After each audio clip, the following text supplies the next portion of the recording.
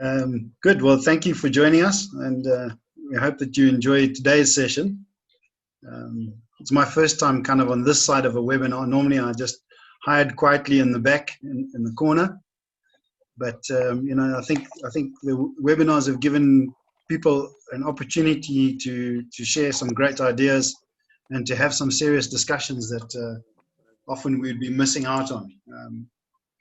You know, often when you go to kind of expos and conferences and things like that, unless you're kind of a networking person, you tend to miss out on a lot of the networking and opportunities that are there. So,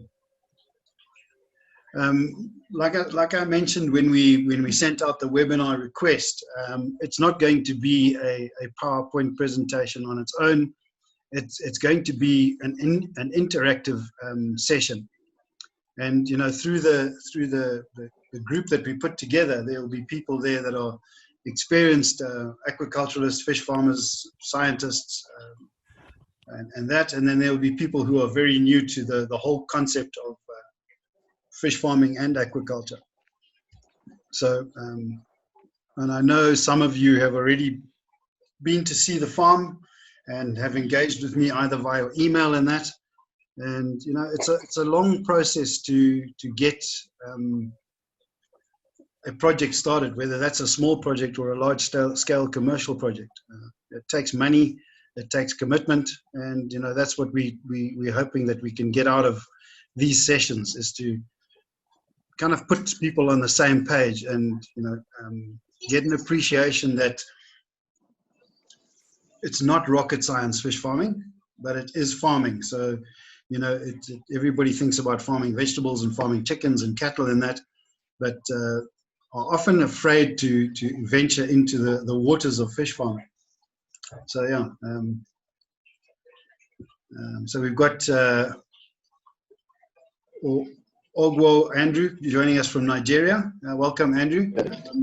They've missed some training that was supposed to happen during the COVID thing.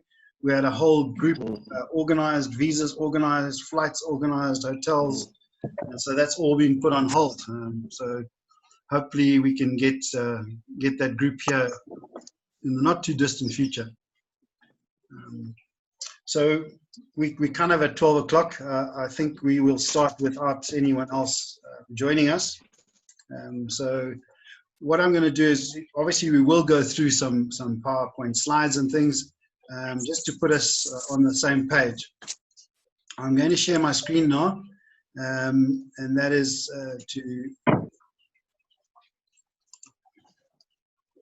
just to kick off the presentation. So this was the invitation we sent out. So the webinar series is on tilapia aquaculture from a farmer's practical perspective. I think there's enough information out there and enough webinars and things on the kind of science and research aspects of aquaculture. So firstly, you know, we really need to understand what aquaculture is all about, and we'll focus specifically on tilapia aquaculture. If there's anybody in the group that would like to discuss other species and other options, then we can do that either via email or via a visit. Can everybody see the screen? Okay. Yes, I can. Yes. So if we have a look at, you know, where did the tilapia farming really start, we can go back way back into history.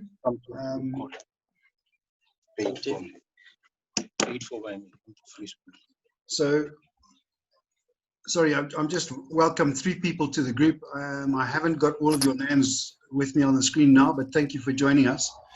We're about to start. So a brief history of tilapia farming over time and certainly over the last 70 years. So if you had a look and you go way back, you'll see that the Egyptians kept tilapia. Sorry, I'm going to mute everybody here because we're getting some feedback and we don't want to do that.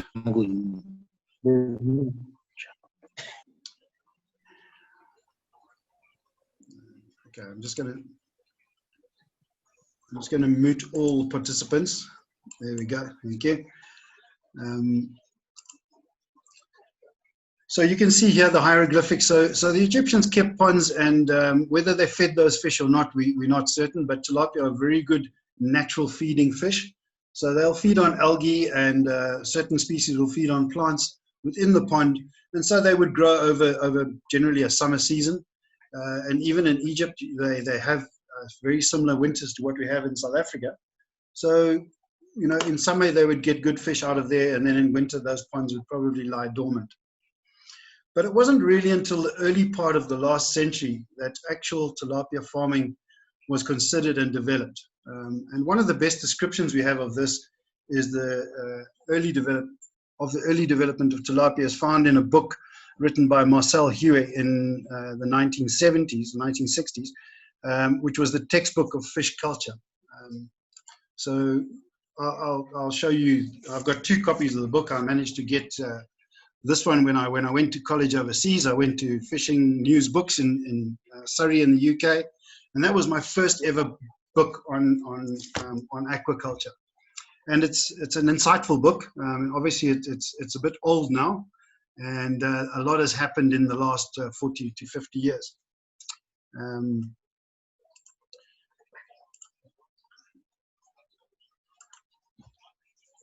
So this basically is just an extract from that book, and the important aspect of the cultivation of tilapia and other African cichlids comes in the introductory paragraph, where it says the rearing of African cichlids is a new branch of fish farming. In Central Africa, apart from a few cold water trials, fish cultivation only really started after the Second World War.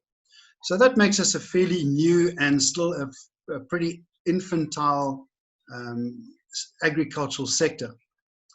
And although experiments had been carried out previously, it is warm water cultivation principally up to now of tilapias. Having started well, it ceased to make progress after 15 years.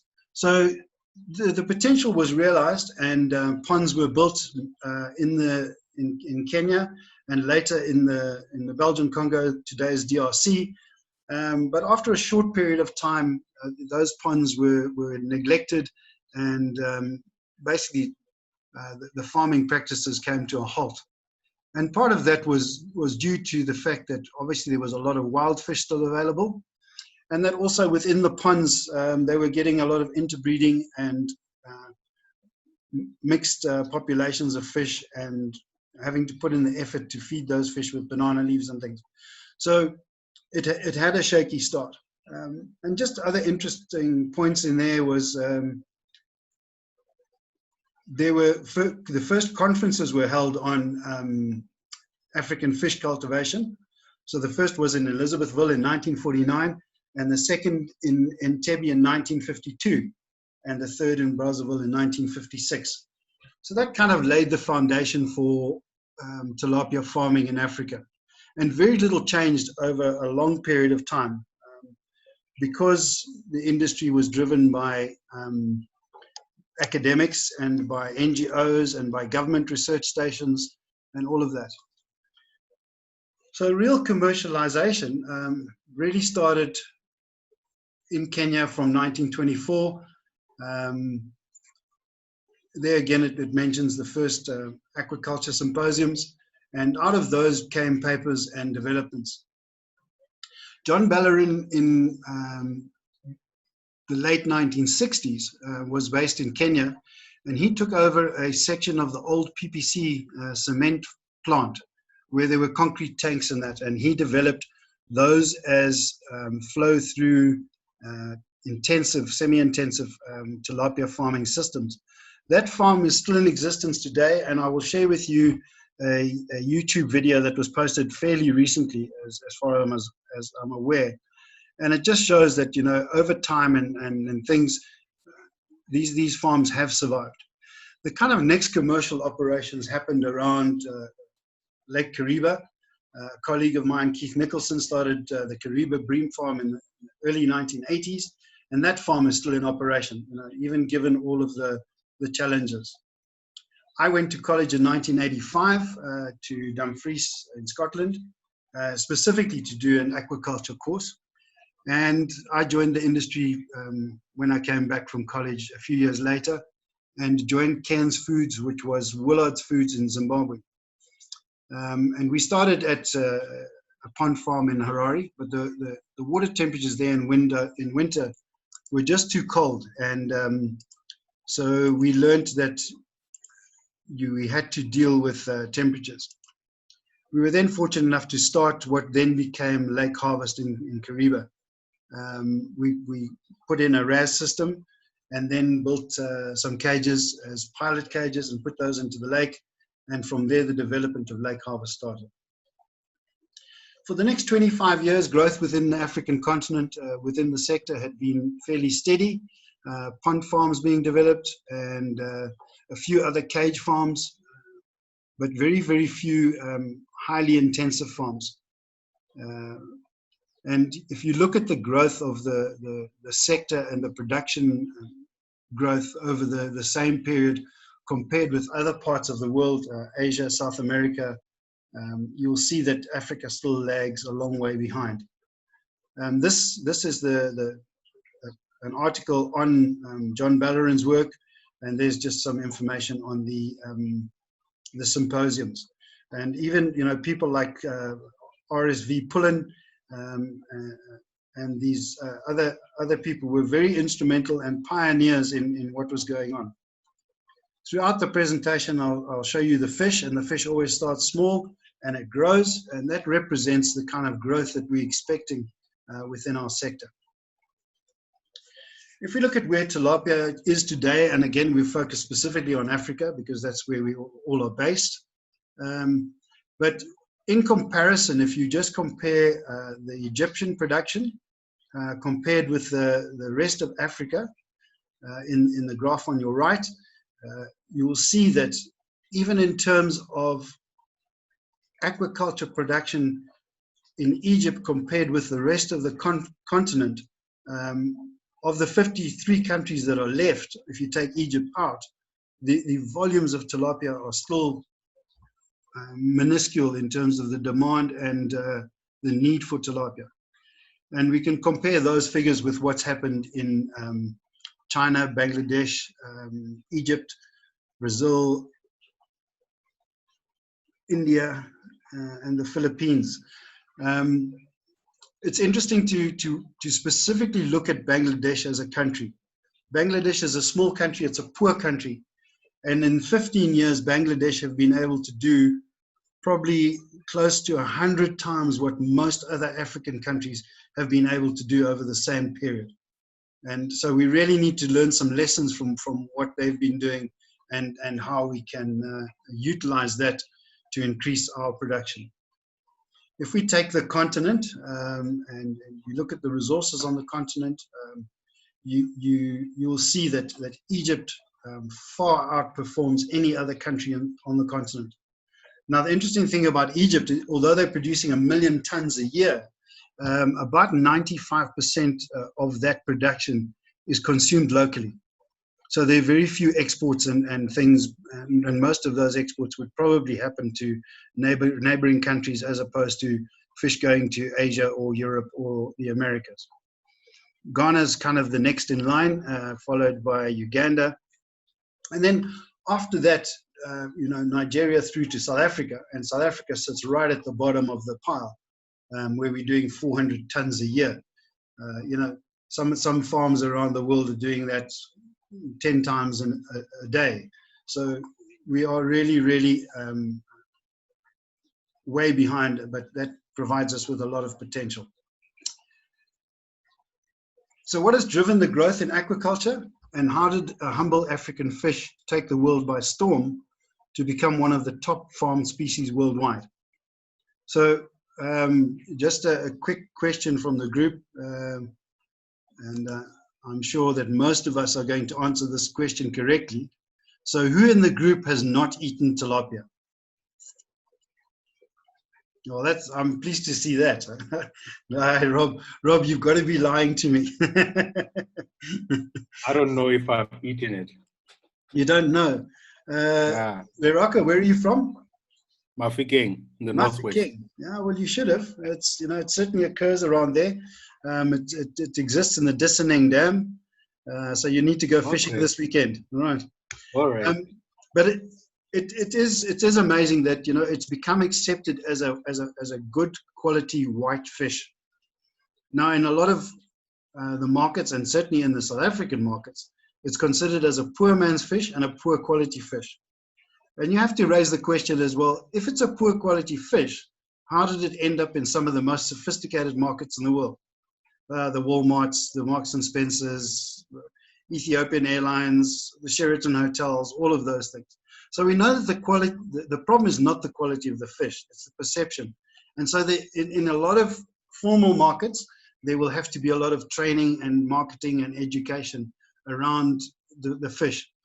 And one of the problems we sit with the consumer world that we live in is that housewives don't want to gut and clean and scale and cook fish.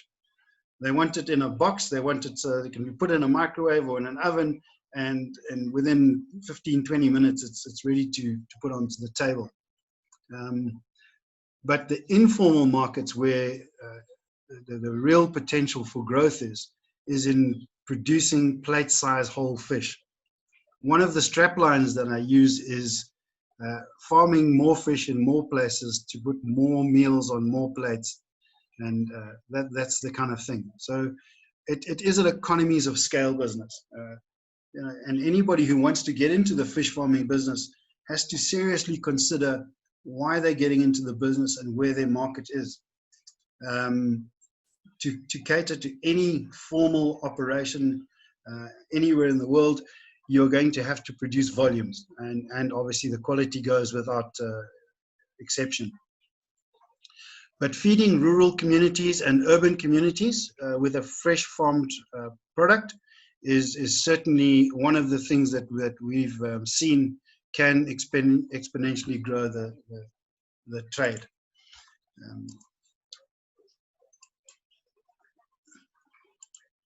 So you can see, and this is an old graph, but there are newer ones that I'll show you, that from 1950 right up to 2010, you can see the growth of aquaculture, which is the white part below the aquaculture thing is wild caught fisheries.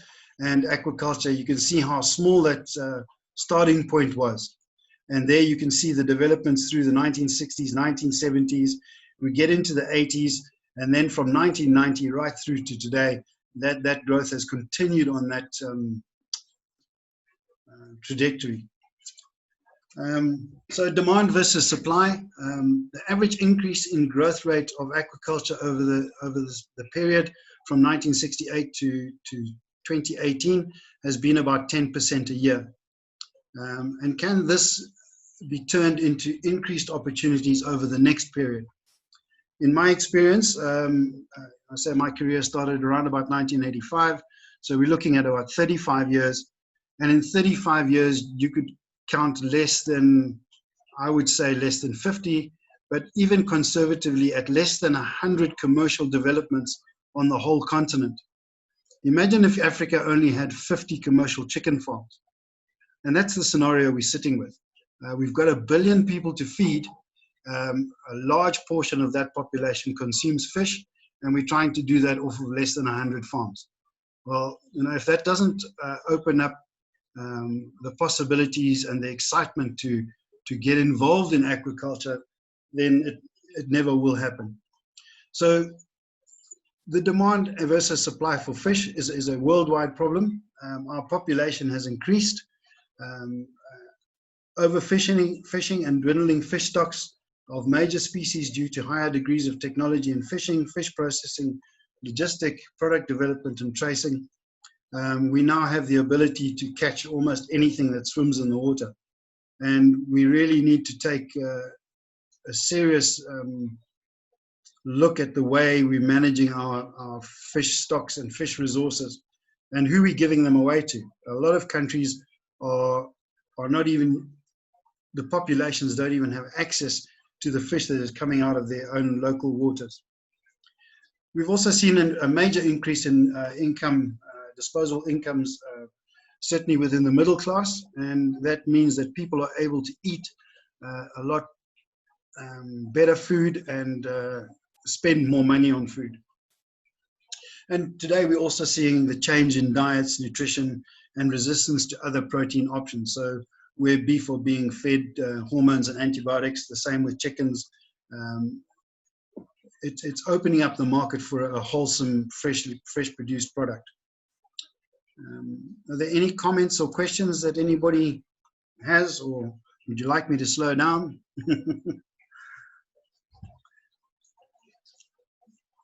You just have to unmute before you talk. Martin? Yeah, Rob? Yeah?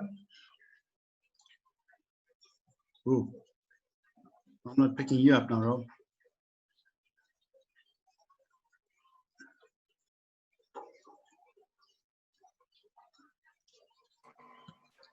No. Is that me going there? Yeah. I'm new to this technology. Yeah. No, it's brilliant. It's interesting just to see, you know, the growth and the lack of supply. You know, there's just, it seems that the market is open for those who can and want to supply. You know. Okay. All right, Rob. Thanks, Martin. Sorry, I think my this is the only mic that's working. But just wondered, you said you had less than 100 commercial developments in Africa. Is that across all aquaculture, or is that tilapia farming? Or well, look, I would say specifically on tilapia farming. I mean, obviously we've got abalone farms, which are quite big. The trout industry is certainly an industry that has grown and maintained its stance within the aquaculture sector. But with trout, obviously, you're limited by the environment. So you either, you know, way down in the south or high up in the mountains in Kenya or Zimbabwe and places like that. But my focus specifically is on tilapia. I do believe that we're going to see major developments within the marine sector. You know, the marine technology and farming in the ocean is developing at such a fast pace. South Africa has a problem with marine aquaculture production because we have a very high energy coastline. So there's very few sites that you could actually site marine operations. And then those sites where you could do stuff in estuaries and bays and things like that, you're going to have a major battle with the public and getting permits and all of that sort of thing. Just a quick mention, and we'll cover it in a little bit more detail in other webinars. The aquaculture legislation worldwide is still a major issue for investment, a major issue for project development, and it's something that as a sector worldwide we're going to have to address. One of the things that happened in America and with the COVID thing is that they've been told to seriously look at their aquaculture legislation. You know that after oil, seafood is America's next biggest import. America imports 60% of its seafood. And that doesn't mean that all of the seafood is brought from outside of the United States. A lot of the seafood that's caught within the United States waters is actually sent overseas for processing because it's cheaper to process it there than it is to process it in America. So the costs and the logistics of doing that are just incredible. If you take a country like Ghana, Ghana's got its own coastline, it's got vast freshwater resources, but they are importing $600 million worth of fish on an annual basis. If you took that $600 million and pumped it into the local economy in terms of aquaculture, you could generate tens of thousands of jobs and save the economy, you know, millions and millions of dollars. So I think we now live in very exciting times. We also live in very challenging times. But the narrative has to change worldwide, and specifically in Africa. You know, we are such a resourced continent that we should be employing a lot more people. We should be using a lot more of our own resources. And I think that change is coming, and it's going to come rapidly. And that kind of excites me. All right, let's carry on. So share the screen again. So where are the opportunities for aquaculture and specifically tilapia farming? So as I said, it's a vast continent with underdeveloped resources. We have a population of 1 billion people, and that's growing. And then I just used World of Meters to download Africa's current population. Now, I always thought it was 1 billion or just on 1 billion. You can see that as of yesterday, at about 8:30 in the evening, we're sitting at 1.3 billion people. So that number, and if you just go to World of Meters, you can watch how that number climbs by 1 person every second.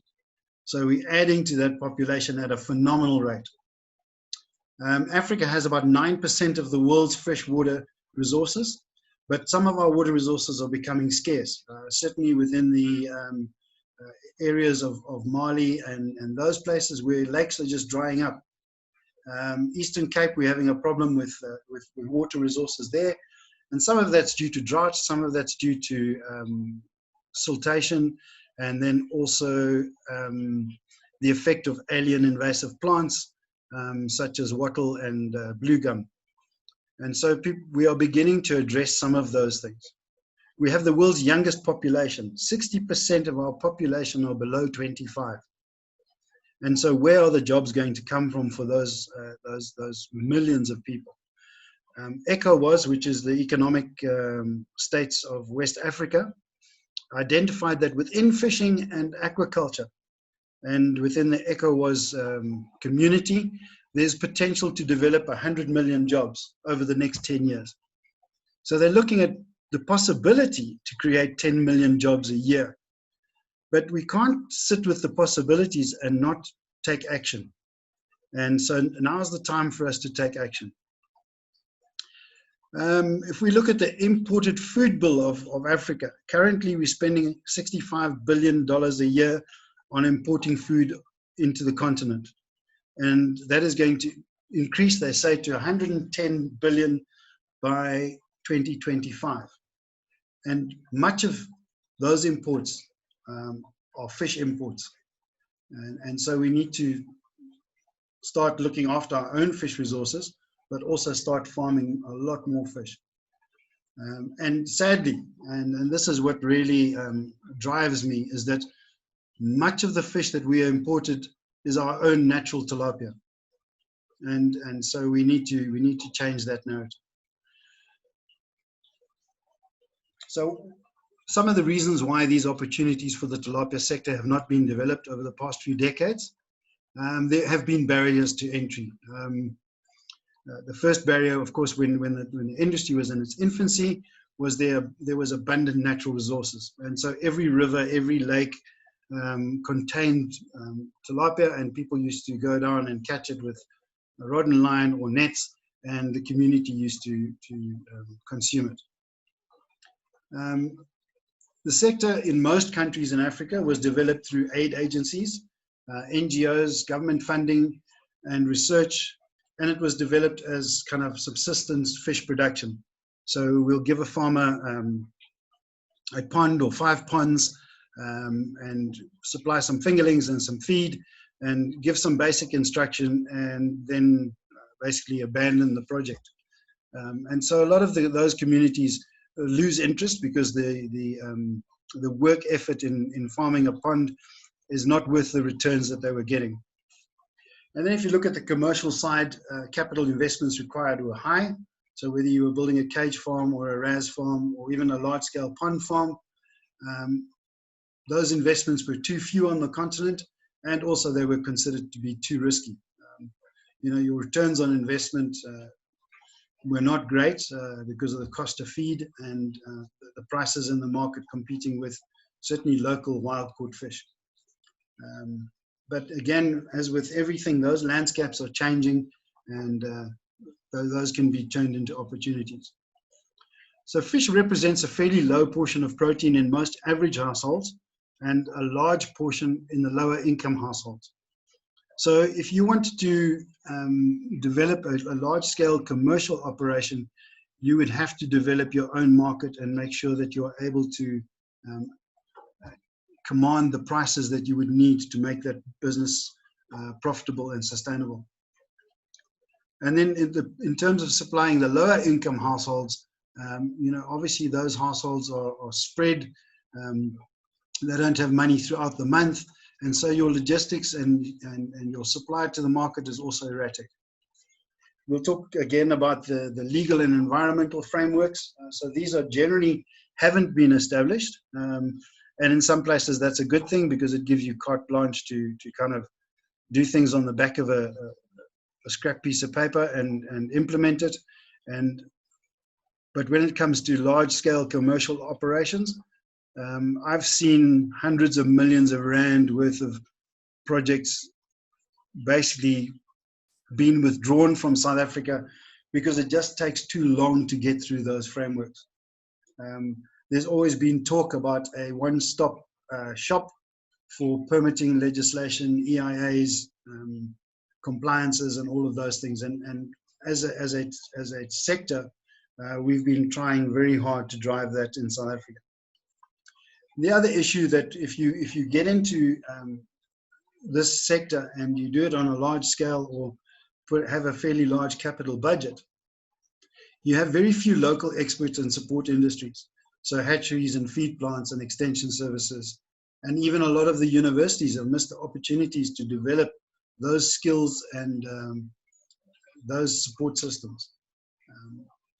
So there are huge informal markets for the fish, but very few formal markets. So what is my crystal ball for tilapia? And we'll kind of wrap it up here and then have a discussion. Without a shadow of a doubt, we need more fish. And if you just do some of the research, and I'll send you some of the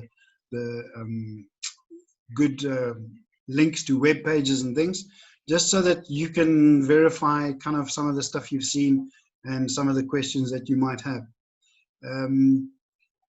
If you take a country like Zambia, for example, they produce a lot of tilapia. They still have access to a lot of wild-caught tilapia, and they import a lot of tilapia. But even with all of that, they're short of 45,000 tons of tilapia a year. Sorry, 45 million kilograms. So 45,000 tons, yeah. So if you take 45,000 tons and you put it into perspective with some of the commercial operations that have been developed, like in Zambia, Yalelo Fisheries, the Kariba Bream Farm, Kafui Fisheries, there are one or two other ones. And you compare it with Lake Harvest and Sunfish Farms in Uganda, and who's in Nigeria, Nigeria and Ghana, the names will come to me. You would need to build 10 of those operations in Zambia to meet the production of any one of those commercial systems over the last 30 years. So, and each of those investments would come, I think today, at a cost of between $30 and $50 million. So that's just one small country in Southern Africa. And multiply that by 54 countries or half of that, and you can see how much money needs to go into the sector across the continent. So we need to develop the sector for other reasons. There's a lot of pressure on land, beef farming and sheep farming and all these other sources of protein. There's a lot of competition for land, water, for feed, and also we need to improve nutrition and health. So again, just as a comparison, and this was also one of the thorns in the side of tilapia production on the continent, was everybody wanted to compare tilapia farming to poultry farming. Well, there's a difference. Obviously, chickens don't swim, but in terms of technology and production and the markets, there's very little difference. And so if you take the poultry industry in South Africa, both upstream and downstream, it's a 40 billion rand industry. And if you take the tilapia industry in South Africa, it's worth less than 100 million rand. So how do we get from 100 million rand to 40 billion rand over the next 15 to 20 years?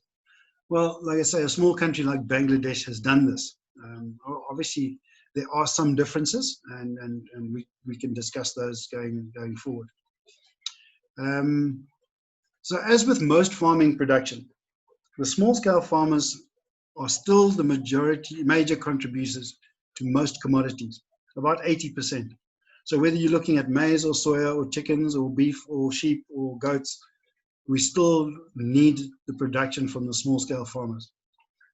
And so I believe that we can achieve exactly the same thing through the tilapia sector, where 80% of our production is going to come from small-scale farmers. So this is where our webinars will start to become exciting over the next 4 sessions, because now we're going to drill down and say, well, if it's achievable, under what conditions and what drivers and what factors are we able to achieve that? How are we doing for time? Well, we're about halfway there. So does anybody want to kick off with any comments or questions or things that they'd like more clarity on?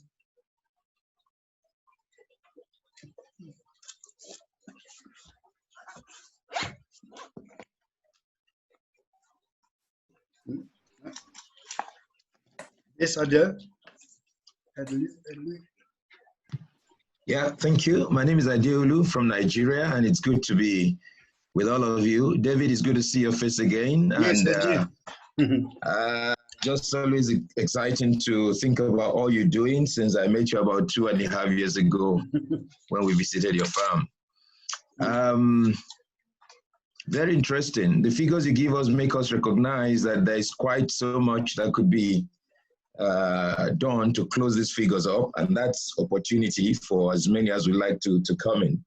But one of the things I'd like to ask here, perhaps you would show this as we go along. When you look at the map of Africa and you look at what is happening on tilapia across the continent, would you want to talk about some kind of regional advantages, perhaps because of weather, temperature, species, and so on, that would put particular regions in some level of production or ease of operation and all that? I know you would want to talk about that more later, but I'm just inquisitive at this point. How is West Africa compared to South Africa? I haven't been to West Africa, but I'd like you to come very, very, very quickly. When we get into the kind of role model for what we're doing, we are certainly focused on urban aquaculture production, because that's where your market is, and generally that's where your feed plants will be, where your processing stuff is, where your electricity is probably more reliable than in rural Africa. And so some of the challenges of projects like sunfish farms and lake harvest in Yalelo, and that is access to power, reliable power, cost-effective power, and then also logistics. You know, if you've got to truck tons and tons of feed to the farm, and then you've got to truck tons and tons of fish from the farm either to the markets or processing facility or onto aeroplanes, it is a major issue. And what we must appreciate is that a lot of the fish that's being produced, when I say fish, just translate for me, tilapia. A lot of the tilapia that is produced in Africa is not reaching the African markets. A lot of it, or not even reaching local markets. So a lot of the fish from lake harvest will end up in Zambia and the DRC, because there isn't enough money within the Zimbabwean economy to allow the local population to buy a locally farmed fish. And so cost of production is an area that I think still needs to be addressed on a very large scale and also a very quick scale. One of the things that we are learning is that the formulations that we are using for tilapia can be modified and adjusted. And so the cost of feed can be brought down. Again, once we get into what we're doing, I am a strong believer in hand feeding your fish. And if you're hand feeding your fish, I can guarantee you're going to save a lot of money on feed. And I say to farmers, if you want to go and throw feed into your ponds or into your cages and into your tanks without managing that, you might as well be taking money and pouring it down the drain. Every single pellet that goes into your system has to go into growing that fish. And so for every pellet that's wasted, you're just pouring money down the drain. And this comes with practical experience, and also, you know, watching other people on farms, watching what's going on. And so we will also have to specialize, just as the chicken industry did over a long period of time. We have to develop the processes and standards and things for the sector. At the moment, you know, you can go, and I engage with a lot of farmers, and they've all done research, and that has to be proven stuff. You know, if you're just taking what you're learning and applying it directly without thinking about what are the other possibilities, you can't grow and develop. And I'm not sure. I think everybody faces this problem with labor. Labor over time does become lazy, and so you have to keep on top of what's going on the farm. You know, if you're saying feed so much every so many hours, and somebody goes with 5 bags of feed and says, well, why must I do it every hour? I can just give all the fish the food at once, and then I don't have to feed every 3 or 4 hours. And so it's critical. You know, we're dealing with serious economics, and a lot of the people who venture into agriculture are going to do this with borrowed money. And if your investor finds out that you're wasting 10% of your feed, he's not going to be very happy with you, and you shouldn't be happy about it either. You know, in terms of environments, you want to be able to farm as many months of the year as possible, and we'll discuss the effects of the environment on production. You know, so you really need to locate yourself in the best area if you want to do cage farming or pond farming. And if you want to farm 12 months of the year, you're going to have to find a way of doing that to the best of your ability, to the best of your budget and your all of those things. What we like to do with our farmers is we like to start with, what is your idea? Where are you? Where do you want to get to? And what is your time frame for doing that? And then we sit down with a blank piece of paper. And after they've been for a farm tour and we've had a discussion, we then take that blank piece of paper and say, well, this is the process that we would follow to get you to where you want to be. And at least we've got that starting point. The other benefit that we can offer to our clients is that you don't have to start with a lot of money to develop your skills. We have really made developing somebody's practical skills a day-to-day process, and depending on the ability and the dedication of that person, those skills can be developed in a few weeks or a few months. If somebody hasn't developed those skills with our system in that period of time, they're never going to develop it. And so either you find another jockey for the horse, or you carry on with what you've got. When we developed the system, one of the things we knew that it had to be a robust system. So currently we've got 450 systems in 9 African countries. In Burundi, I've only got 1 system, but that system has produced constantly fish for the last 2.5 years. And initially I spent 4 days in Burundi, and then we spent 6 months on WhatsApp and on emails and with spreadsheets. And the client has the ability to go large-scale commercial. But again, we sit in this part of the world where there's 2 things that happen. We're either waiting for elections to happen, or we're waiting to see what is going to happen after the elections. And so in a 4-year period, you've probably got a gap between those 2 windows to start to do something, because otherwise the scenario is going to change, and the economies change, and all of those things. So, you know, again, we are focused on driving this sector from a business-to-business point of view. Once we establish a sound foundation and base, the other people will come and join us. And so that's what I encourage my farmers to do. Over the COVID period, we had a lot of research and development equipment on the farm. I advertised that, and some of you might have seen it on our website.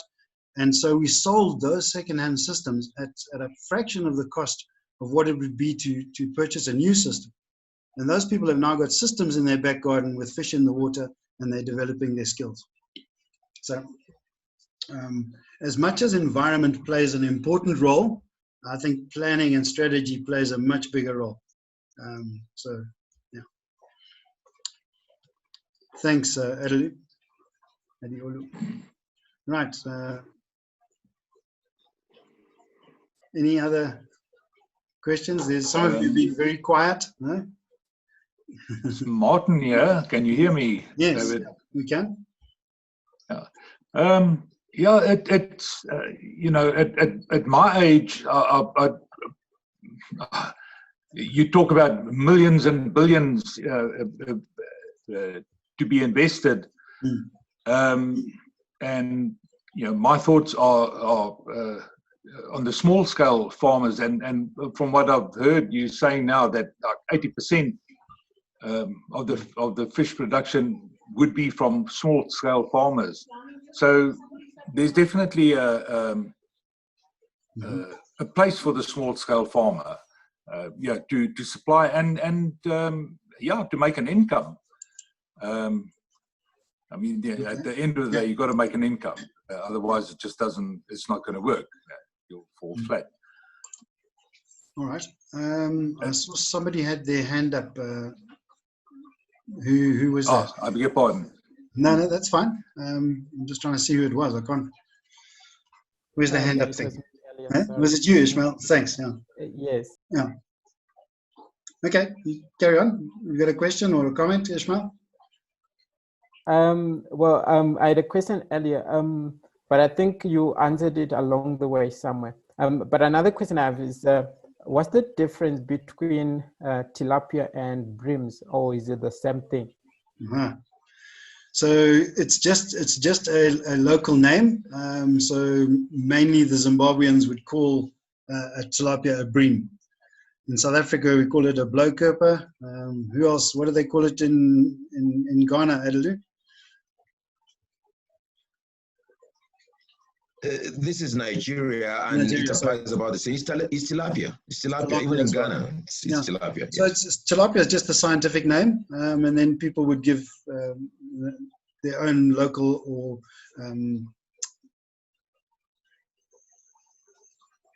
local names to the fish. Yeah. All right. Oh, I see. All right. So just looking at kind of the webinars going forward. Sorry, David, can I just ask before you go on? Yeah. I thought Derek was coming on with issues about maybe the rate of returns or so. I don't know whether he would agree with that or he has some other points he has to raise. People, our age bracket would like to know why we should be. I mean, one key thing that is my interest here are the young people that, with the statistics you've shown, they have a very good place here. And for Nigeria, that's about what I want to see. But plus that is, if I put money in this and I want to see money back, how long have I got to wait? It's a very good question. And if you are using traditional thinking and traditional methods, and again, I'll go back to the poultry industry. So if you were going to invest in producing chickens in your back garden, and you would keep 50 chickens or 100 chickens, that is not a business. That's going to become a hobby, and it'll give you some pocket money. It's the same thing with fish farming. And so I spend a lot of time, mostly in the middle of the night, thinking about how do we change the game plan. And one of the projects that we're looking at is to get a group of people together on a specific site but each operating a much smaller production unit. And using those units just to develop their skills and get them access to the market, and also to generate them an income. Now, the projects that this project that we're looking at will be a funded project, and so there will be some grant funding in there, and then through that process we can identify farmers that have potential to be developed as commercial operations. I have looked at very hard at what we can do in a city like Johannesburg, and specifically again looking at the youth, looking at retired people, looking at single mothers and single fathers, is how do you generate an additional income within that household? And I think it's possible. I don't have all the answers yet, but we could set up these small, and we'll call them backyard operations, but through the network of those farmers, give them access to a market, and then be able to supply them, because we're stocking systems on a monthly basis. So we would supply them the stock and the feed, and then make sure that their systems are operating properly, and then take away any fish that need to be harvested. And we're even looking at that in terms of working with indigenous species. There's a huge demand for indigenous stock to be stocked into aquaponics systems, into farm dams and all of that. And so we will develop that market where we are moving and live fish, and also fish that are going into the market. Fish that could go into school feeding schemes, hospitals, old age homes, and just instead of making it always just about the capitalist side of business, is make it about improving the lives and possibilities for other people. You know, like I say, I've spent certainly the last 20 years of my life now trying to promote this industry, and I've enjoyed it, and I've done fairly well out of it. And part of my passion is having people like you, Adelu, and Paul, and Sibaya. Have you come to the farm yet? No, not yet. So interacting with those people, I get to see between 15 and 20 new people every week that have come across tilapia farming somewhere. And then they're not always from South Africa. They say, you've come from Ghana. I've had people from Burundi, from Benin, from Tanzania, all over the continent. And it just, for me, it just shows that we're on the right track. We've started a journey. And the more people we can get to join us on that journey, the more successful we'll be. Now, if you look at South Africa, and South Africa is a different economy, different market altogether, because South Africans have never had to eat freshwater fish. We've always had plenty of beef, plenty of pork, plenty of chicken, plenty of lamb, and plenty of fish from the ocean. And so just that in terms of marketing the fish becomes very difficult. But our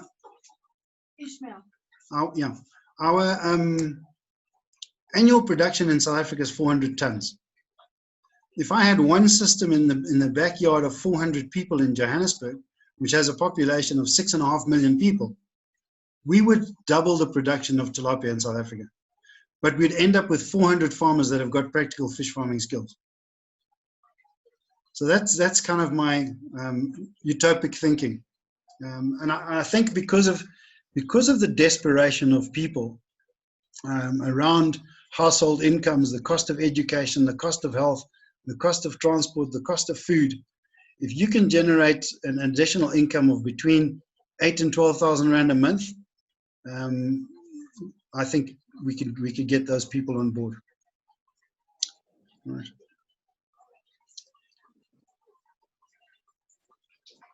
Okay.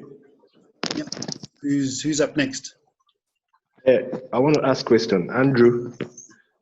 Yeah. Andrew is here. Okay. My question is, can you hear me? Yes. Hello. Oh, my question is, in Nigeria, most fish farmers, they do more of a catfish. Correct. Yeah. So here, just very few farmers believe in tilapia. How do we? Is it possible that is the weather condition that is affecting the improvement, or is there something that we need to do to improve the strategy of rearing tilapia here in Nigeria? Again, you know, tilapia are reared in concrete tanks, mainly within the urban environment. There are one or two large-scale cage operations.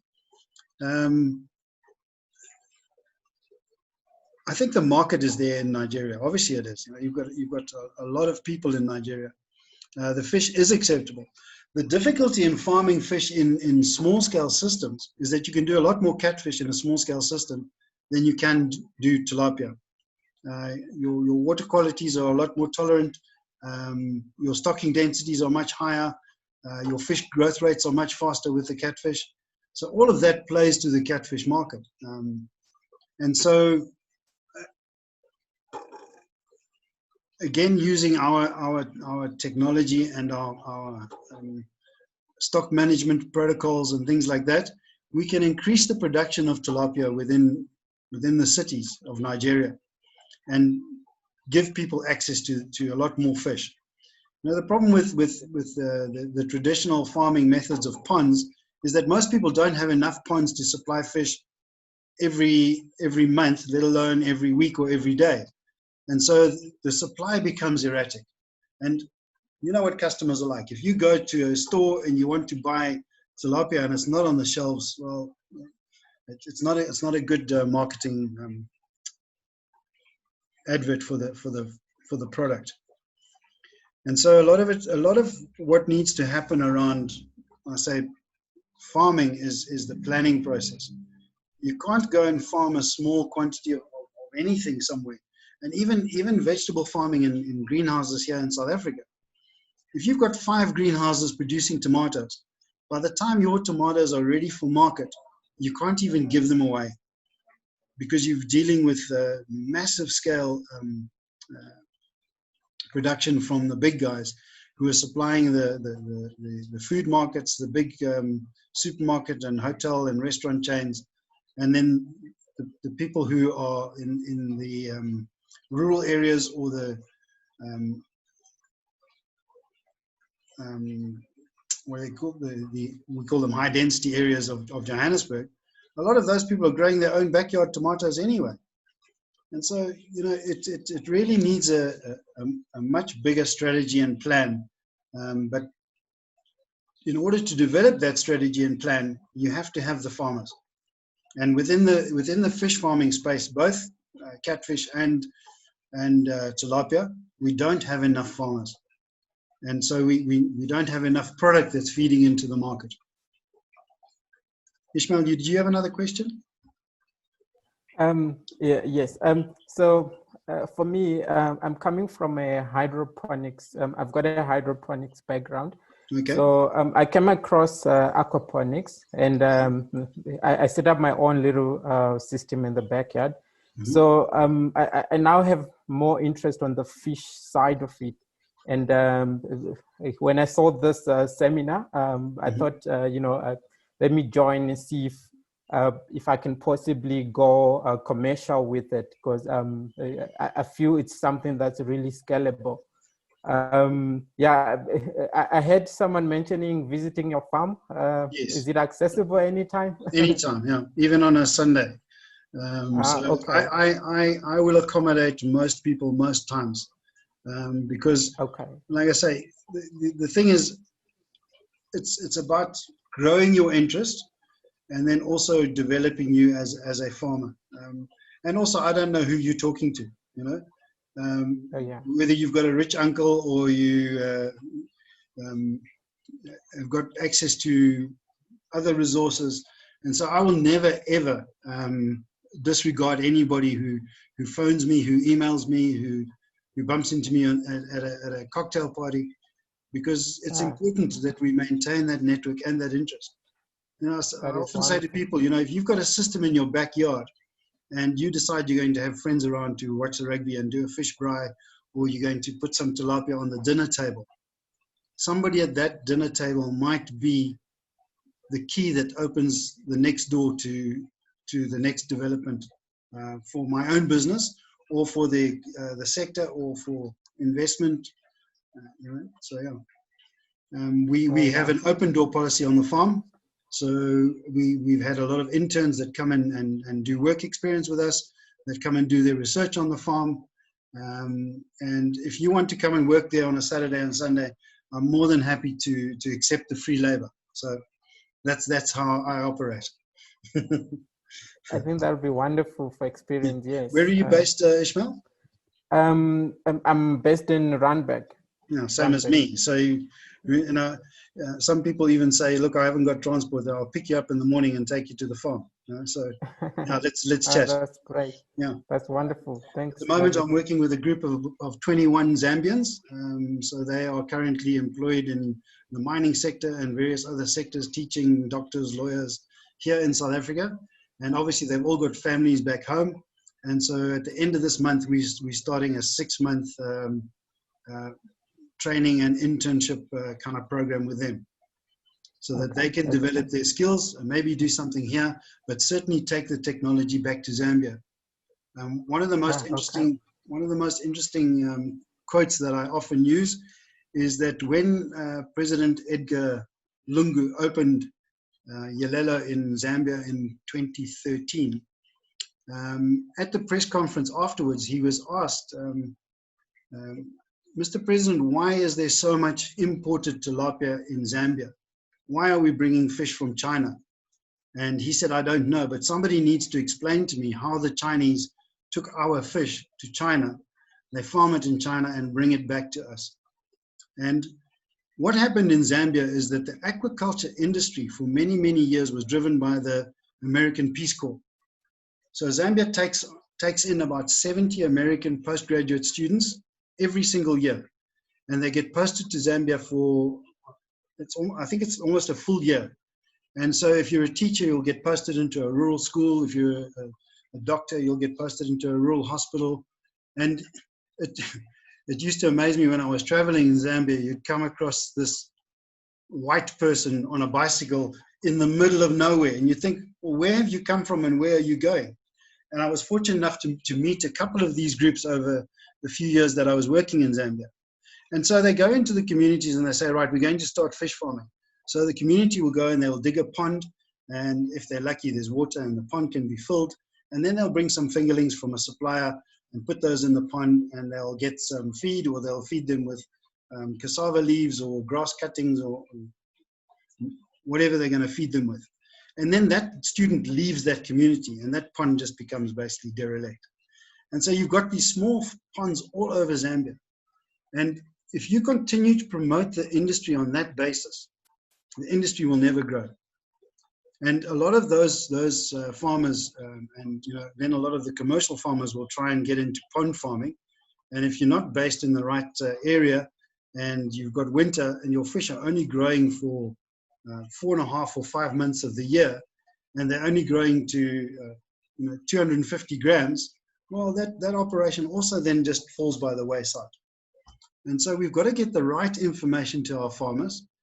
We've got to set them up with the right systems and give them the right skills and training, and just step by step grow the industry. All right. Sure. Sorry, I've got one person who's still in the waiting room. I don't want to keep you guys, but I'm happy to stay on a little bit longer. If you've got any other questions or comments, I just would like to highlight the next series. I don't even know where I'm going to find that right now. So the next webinar will focus on, I'm going to stop sharing screen and you can let's have a look at that.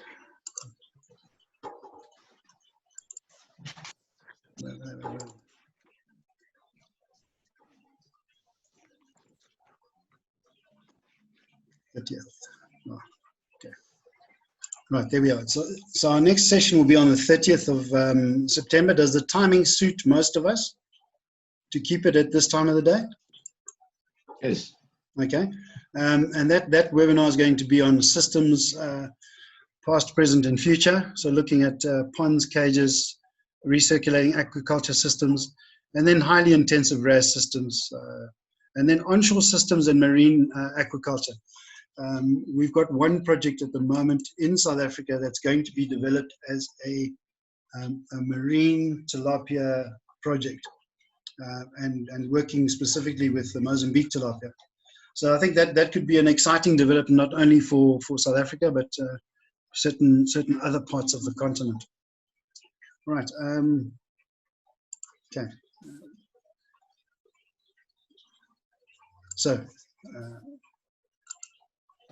So I'm happy to wrap it up, but if any of you want to stay and have another discussion, that's fine. You can leave individually. Otherwise, we'll shut down the session. Obviously, from my side, thank you very much for joining us. I think there were a couple of people who couldn't make it today, and I'm hoping that over the next sessions we'll grow the group fairly consistently. What I'll do is obviously I'll go through the recording. Most of it has been my talk, so there aren't too many things that I need to address. But I will also then email out the PowerPoint presentation, and then the links to some of those websites that are worth looking at, and then one or two maybe YouTube links as well, where I found interesting stories and projects that are going on. All right. Well, let me just make a comment. Sure. Yes, thank you so much, David.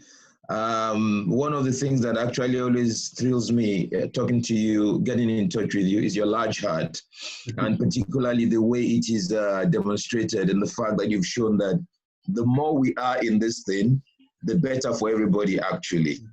And it's so wonderful to see these faces. We didn't introduce at the beginning. I'm sorry I came a bit later, so perhaps there were introductions. But those introductions might also waste some time. So maybe we'll just have two-liners that would tell others about ourselves. We could make that out through you. Yeah. So we'll get to know the kind of people we're dealing with. Who knows where along the line we'll be talking later, and it will expand, this effort across Africa. I look forward to that. Thank you. I'm going to ask a question. Is everybody happy that I share everybody's emails with whoever's on the group?